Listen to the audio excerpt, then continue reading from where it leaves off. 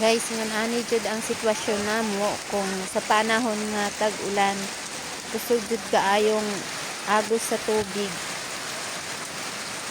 Kay guba naman ning amo ang mga bubong. Agwanta ra gyud usa. Kay unsaon man, di pa man sapat sa atong budget. Mga 3 years kapin jud mi aning gantos guys ni Mateo. Pero katong si mama pa, dugay-dugay na gyud siguro ni kay pag ulit naman ino naman ani.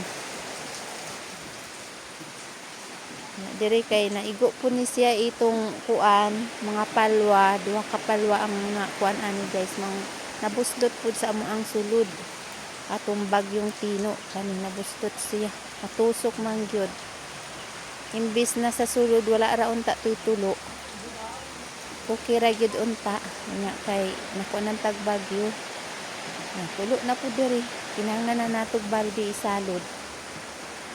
Silang kuya nangatulog diha guys atong gibutangan og harang para dili sila matalsikan. Na antos ra gyud usa ta. Bason papuhon.